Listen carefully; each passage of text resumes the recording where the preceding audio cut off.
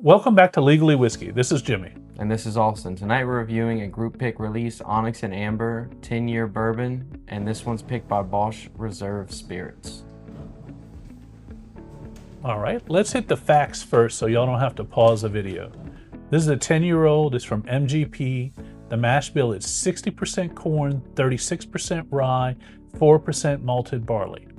The pick is at 112.2 proof, and our bottle has a barrel number MGB04-174. And that mash bill matters. 36% rye is no joke. This is basically a bourbon that's going to lean, spicy, and bold, but it still qualifies as a bourbon because it's 60% corn. So the group had 168 bottles available to it. The MSRP is at 100, and the group price was at 85 plus shipping. So we're tasting this with real expectations. We have a 10-year MGP high rye bourbon and a private pick. Let's see if it drinks like it. All right, well, let's get on to the nose first. Perfect.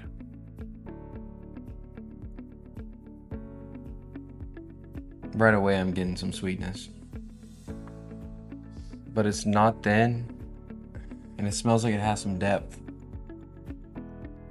Well, Bosch's notes describe the nose as floral first, then warm baking spices, honey sweetness, and polished oak.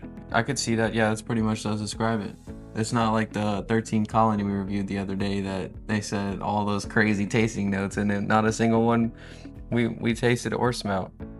Yeah, well, the oak smells mature. It's not that raw, young wood taste to it or nose to it. It's definitely telling me it's 10 years. And here's where the high rye mash bill shows up. There's a little peppery edge in the background. All right, well, let's get to the palate.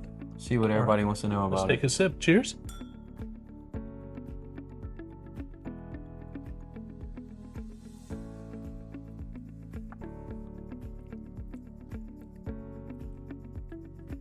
This is good. This is very good. It's like a creme brulee vanilla bomb. Same. It comes with caramel and then vanilla, and then starts a little bit with more on the mid palate, getting a little darker. Almost a little bittersweet chocolate. Hey, that's exactly what Bosch wrote.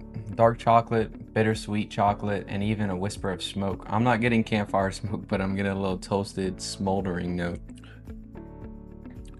Like toasted pecan or almond.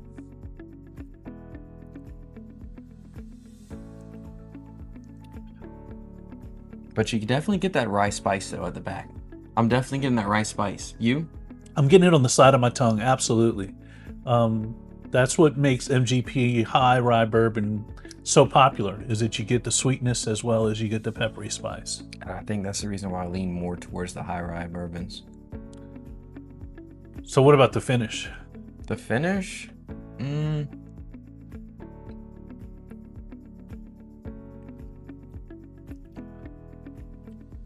It's not a super long finish, but it's there. I feel like it's just the right amount. You know, just enough to get you there to where you're saying, hey, I'm drinking whiskey, but at the same time, I'm not drinking beer. Well, it's definitely not beer. I agree with that. But I would say that the finish is a lot longer than you would expect with something at 112 proof. Yes, 100%.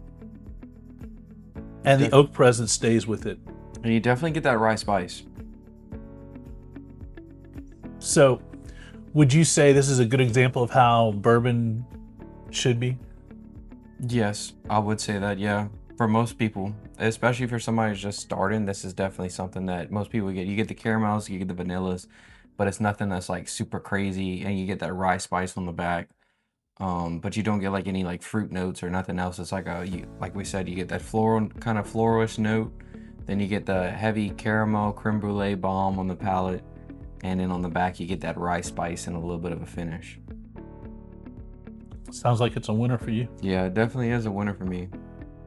So let's talk about value. MSRP from Onyx and Amber is at $100. The group price was at $85 plus shipping. You get a 10-year MGP high rye bourbon at about 112, a little bit above 112 proof. Would you say this is a hit for you?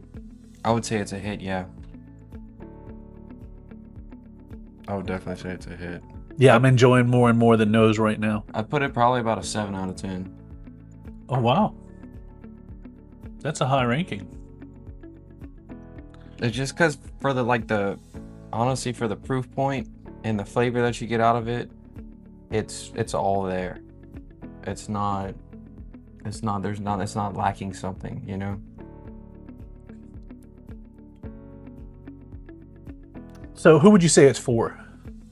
I would say it's for somebody who likes caramel, vanilla. I'm trying to think of a distillery that does that pretty well. Do you know of a distillery that does that pretty well? Just the caramel, vanilla notes. I'm trying to think of someone that does high rye bourbons really well. Well, MGP. So there you have it. This is a great example of a 10-year MGP bourbon, high rye. You get the spiciness, you get the pepperiness, you also get the caramel, the vanilla, you get the sweetness, you get the oak. The oak is sweet. It's definitely a matured bourbon.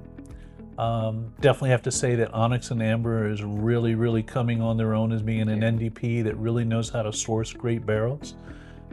This is my first time having Onyx and Amber, honestly. You know, it's really, really good. And I think Bosch picked a very good selection here.